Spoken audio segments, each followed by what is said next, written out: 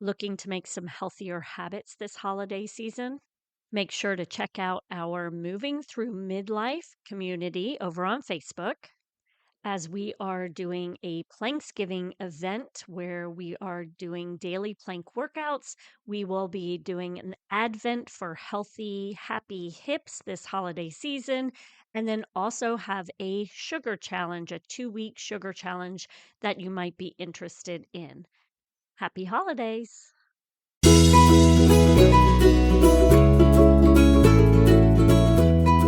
Welcome to Raising Healthy Humans. I am your host, Courtney, a personal trainer and health coach, and the founder of FormFit, a community where I help busy moms move more.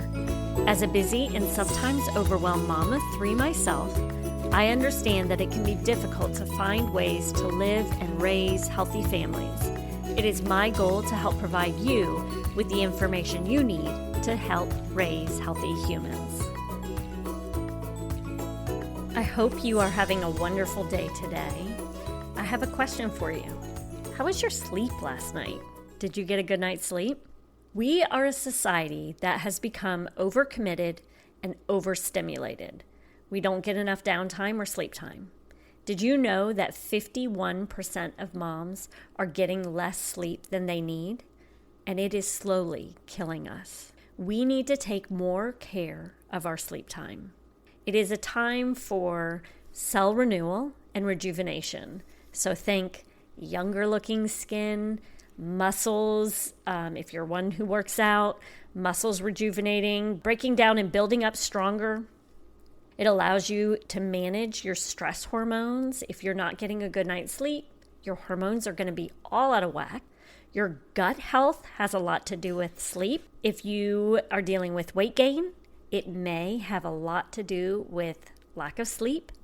Reducing chronic disease development.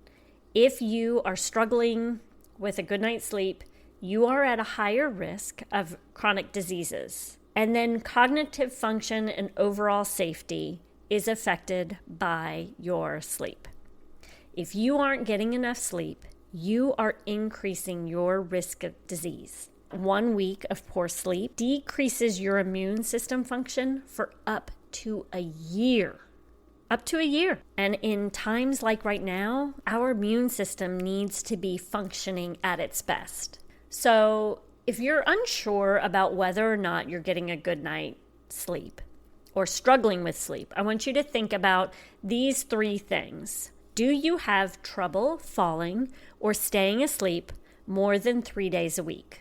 Do you struggle to fall asleep for more than 30 minutes?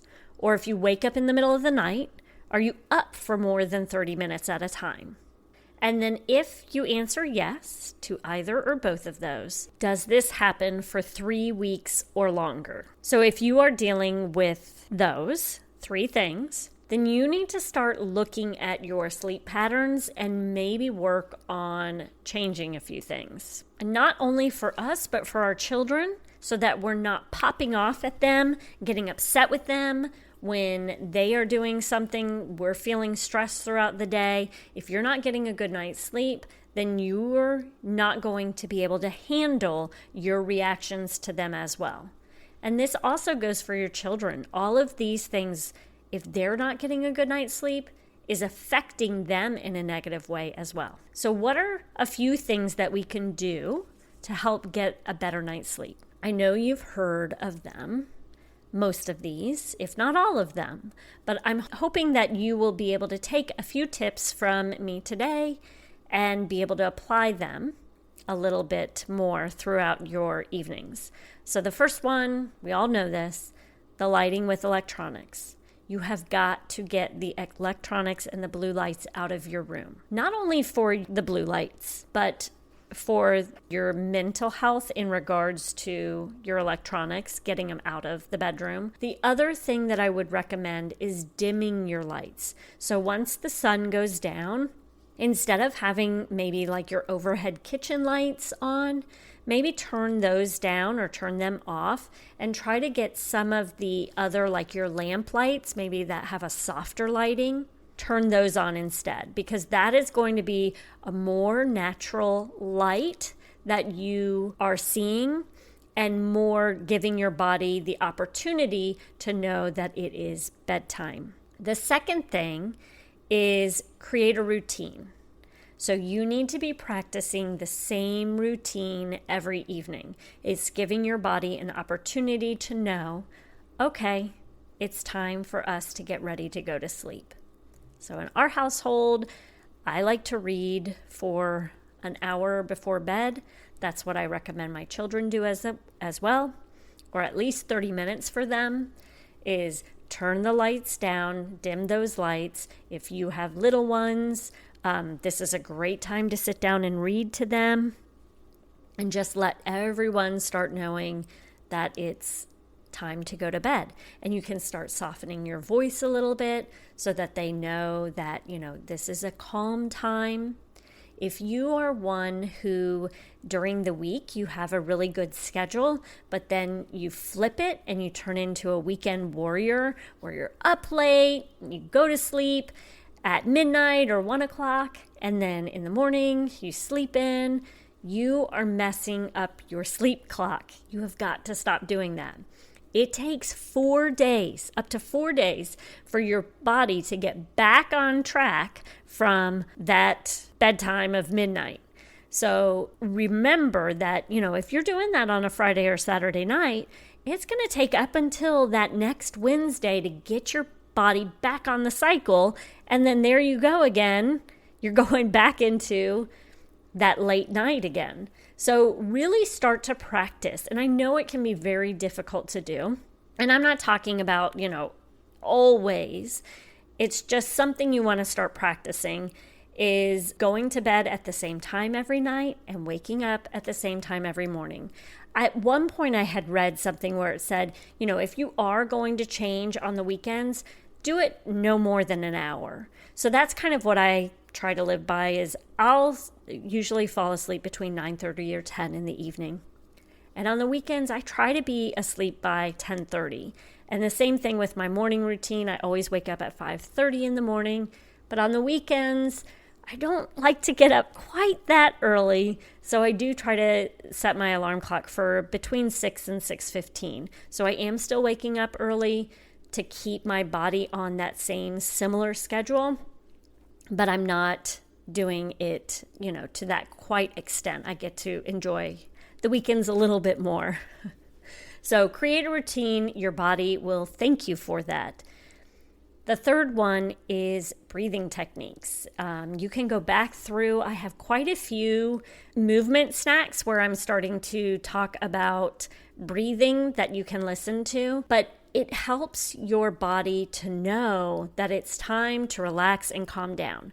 So if you think about the movement snack I mentioned last week, you could cover your right nostril and breathe in through your left side, and that will slow down your body. It'll start to let your body know it's time to relax. Another one that's a nice one to do is the boxed breathing. Any of your breathing methods to calm you down. Another one that I like to do is a 4-7-8. That is one that if you're interested, you can let me know and I can send that to you. If not, we also have it in our membership portal, videos there on different breathing techniques that you can practice. So just letting your body know that it's time to go to sleep. Number 4, and I'm so sorry about this, because I know a lot of you mamas need this, but this is something I definitely want to dive deeper into at a later date, but consuming alcohol. So if you are going to consume alcohol, it needs to be at least 3 hours prior to bed, because this is going to mess up your sleep cycle. So you need to work on trying to not drink for at least 3 hours prior to going to bed. Now, I would really prefer you pull the alcohol completely because it wreaks havoc on your hormones. But like I said, I'm going to save that for later. And I do want to let you know, actually, in In December, I'm going to have someone come on who is going to be talking about a product that you can use. It's non-alcoholic and it's just as fun as alcohol, so to speak. You can make mixed drinks with it. So she's going to be coming on in December, and I think that might be something that you might want to give a try. But let's try to reduce our alcohol at least 3 hours prior to bed. And then the last one is try to go to bed before 10 o'clock, if at all possible. Now, I'm going to say this is during the week. Try to go to bed before 10. 2 reasons. Your skin senses and processes light. So even if you are sleeping and the light starts to come up in the morning, your hormones are starting to be affected. In the morning, cortisol levels are at their highest. So you want to make sure that you are going to sleep early enough to where when the sun starts rising, as soon as your skin starts to sense that light, it's going to start increasing your cortisol levels. So the more that you can be in line with the natural sun and moon, the better. And then the other reason is, and I don't know, I think they say this is like Chinese wisdom, but it's stating that for each hour before midnight you go to sleep, you can count that as an extra hour of sleep. So you're getting that extra time because you went to bed before 10. And it has to do with the stages of your sleep cycle. And if you're interested in learning more about that, let me know, because I will have more information. I'm going to be doing a masterclass, and I will be keeping that in our membership portal. And I'll go into more detail in regards to your REM cycle of sleeping.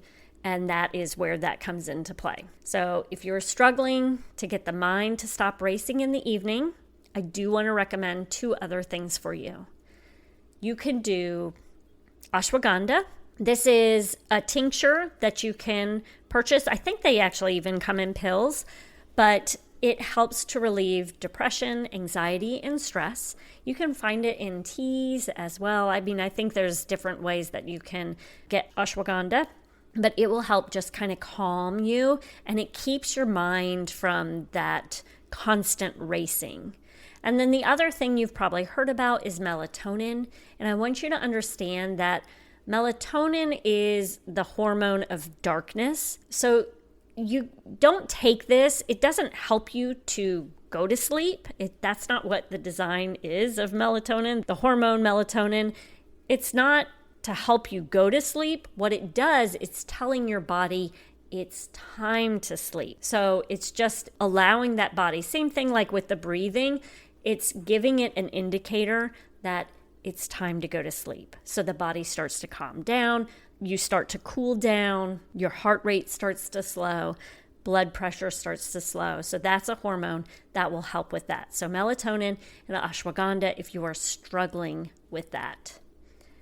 So hopefully these tips are going to help you get a better night's sleep. As always, I recommend taking these tips, trying 1 or 2, and seeing how it goes before you try to implement everything all at once. Remember, this is making small changes over time to help you make lasting lifetime changes. And if you are interested and want to take a deeper dive into your personal and your family's health journey, along with understanding and supporting your hormones, which is definitely involved in sleep, just make sure to reach out to me. You can also join us in our membership program at FormFit Online. It is $25 a month to join, and you will receive access to our on-demand workouts, our meal plans, our challenges, our webinars and masterclasses. And then also we will be offering accountability throughout the week and weekly Q&A opportunities where I get on Zoom and I'm able to answer questions for you. We are a community of moms who are just looking to live a healthier life, and we like to have events as well if that's something you're interested in. So you can go to formfitonline.com to learn more, or join us in the Form Fit Mom Facebook community so that we can get to know you better. Thank you so much for joining us today. If you could do me a favor, if you like what you hear, could you leave us a review or take a screenshot and share your favorite takeaway on social media? And make sure to tag us over at raising_healthy humans. Now go out and enjoy more movement throughout your day.